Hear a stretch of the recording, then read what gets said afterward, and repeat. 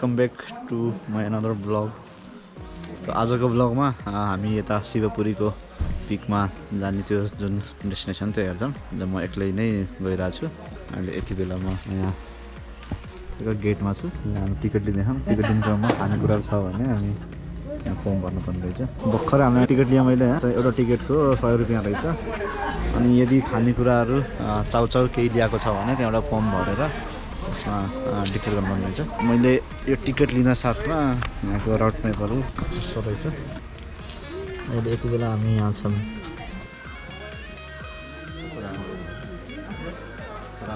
यो शिवपुरीको पानी मुहान हो। जस्ट गेटबाट छिरेपछि लेफ्ट साइडमा छ।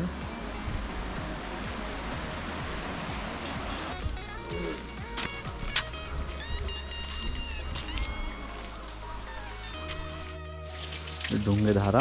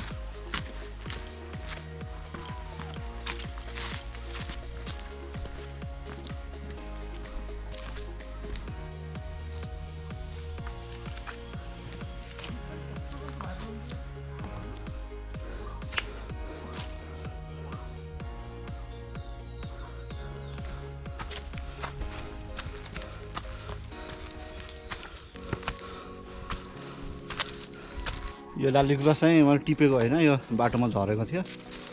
टिपेर चाहिँ नफाल्ने गरौँ, अरूले आउनेहरूलाई पनि हेर्नलाई हुन्छ। यो लालीगुराँस भनेको रुखमै राम्रो हुन्छ।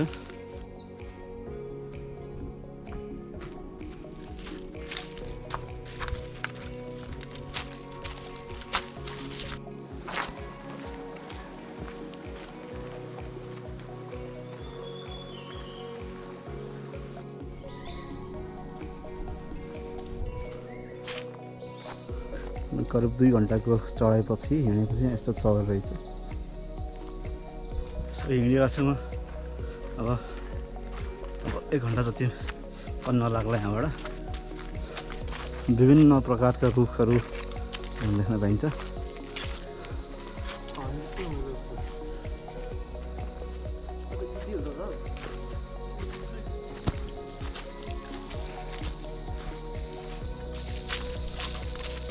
बागद्वार 5 मिनट।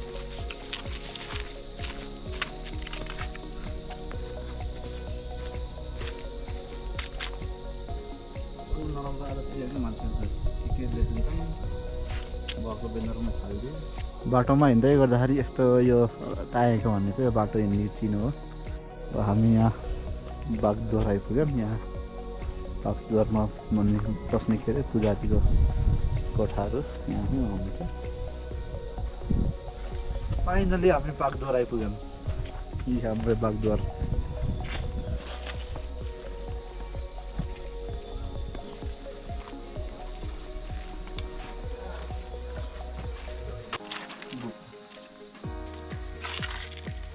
हजार लाइन आइदिनेहरू टाइगर लाइन।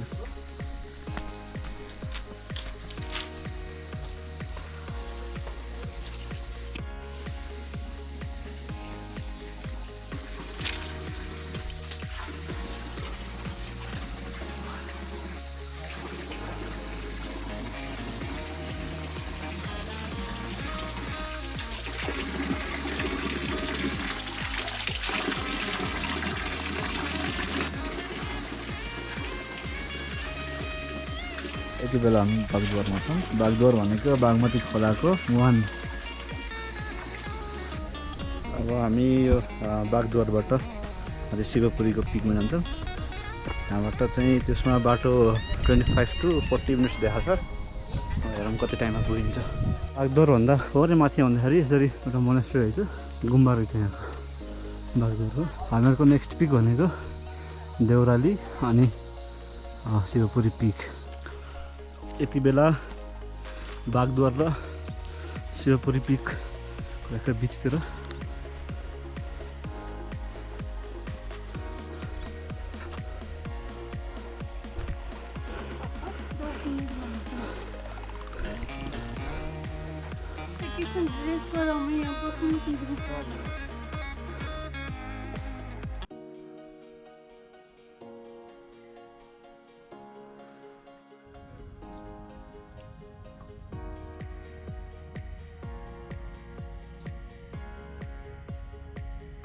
फाइनली 4 घन्टाको हिँडेपछि शिवपुरीको पिक आइपुग्यो।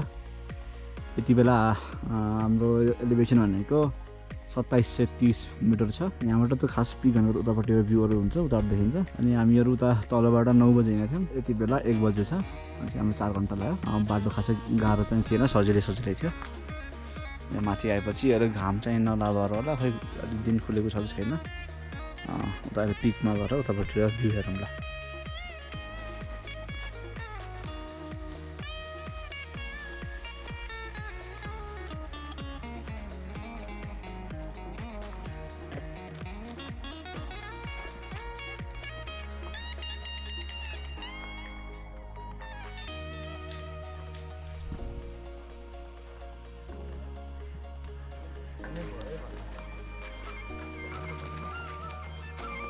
Okay, now it's okay.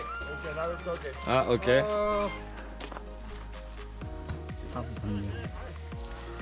Bagdwar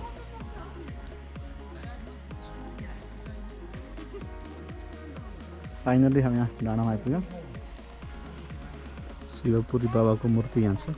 3 minute जतिको यहाँ टाइम स्पेन्ड गरेको पश्चात अब यहाँबाट म फर्किने क्रममा छु। अब अनि मलाई यो शिवपुरीको पिक भन्दा पनि यो शिवपुरी पिकसम्म पुग्ने हाइक हुन्छ त्यो रमाइलो लाग्यो। खासै गाह्रो पनि होइन, त्यति सजिलो पनि होइन, अनि धेरै टाढा पनि होइन, नजिक पनि होइन, एकदम सबै मिलेको पिक हो यो। I recommend everyone to come here and hike if possible once a month or frequently आउनु मिल्छ। यहाँको वातावरण सब रमाइलो छ। अब मेरो आजको ब्लगमा यति नै हो। फेरि पनि अर्को ब्लगमा भेटौँला। त्यतिन्जेलसम्मको लागि please like, share, subscribe and keep supporting.